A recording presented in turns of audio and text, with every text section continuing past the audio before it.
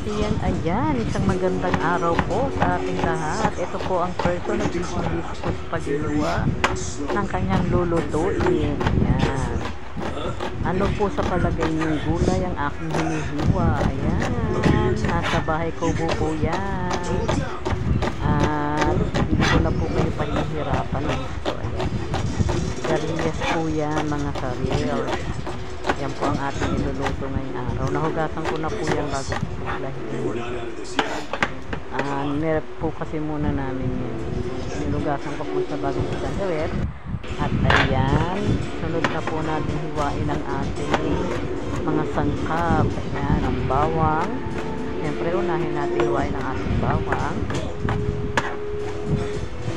Hiwa-hiwa. Sunod po natin ang ating sibuyas.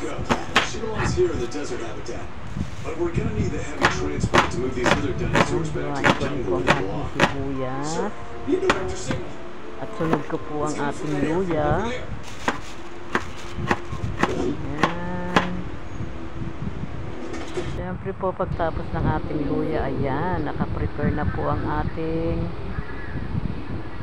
iluluto at nahiwa ko na pong lahat ang ating gulay. Ayan po ang ating ulam for today. Meron tayong sigarilyas, luya, bawang, sibuyas at ang ating pampalasa. Nandito rin ang ating dilis na pangsahog. Ito rin po ang ating mga gata. Ito yung huling gata at ang kaakang gata. Ang nasa maliit pong mangkok ay ang kaakang gata. Hello.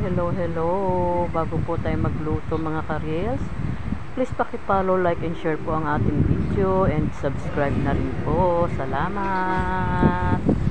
Ayan, pakita ko po, flex ko po ulit sa inyo ang ating iluluto ngayon araw. Simpleng ulam lang po yan mga karils, pero mabitamina. Ayan na. Ito na po, napainit ko na po yung ating kawali na yan mga karils. At magsasalin na lang po tayo ng mantika. Ayan, syempre po. Mainit na po ang ating mantika, pwede na po natin igisa ang ating luya. Unahin po natin igisa ang ating luya, haluin natin ng kaunti, saka po natin isunod ang ating sibuyas. Inuna ko po ang sibuyas mga karil.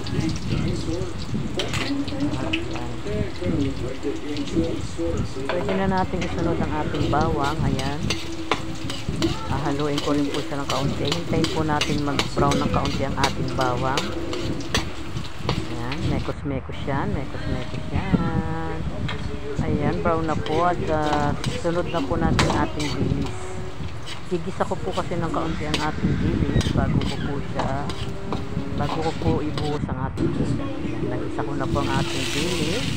Isunod na po natin ilagay ang ating gulay. Ayan, siyempre haluin din po natin yan para po yung sangkap po sa ilalim imupunta po sa ibabaw. Ayan. Saka po natin igigisa ng kaunti ang ating gulay mga karils. Ayan. Bago po natin ibubuhos ang ating huling piga ng ating gata. Pakukuluan po natin siya dyan. Dito po natin palalapusin ang ating gulay sa ating huling piga ng ating gata. Yan, malambot na po. Pwede na po natin ilagay ang ating kakang gata. Ito pong kakang gata ay ang ating unang piga. At medyo marami pa po ang tubig niyan dahil pakukuluin ko pa po yan. Hahayaan ko po siyang kumulo at medyo matigas pa po ang ating gulay. Yan. Pero templado na po yan mga karils.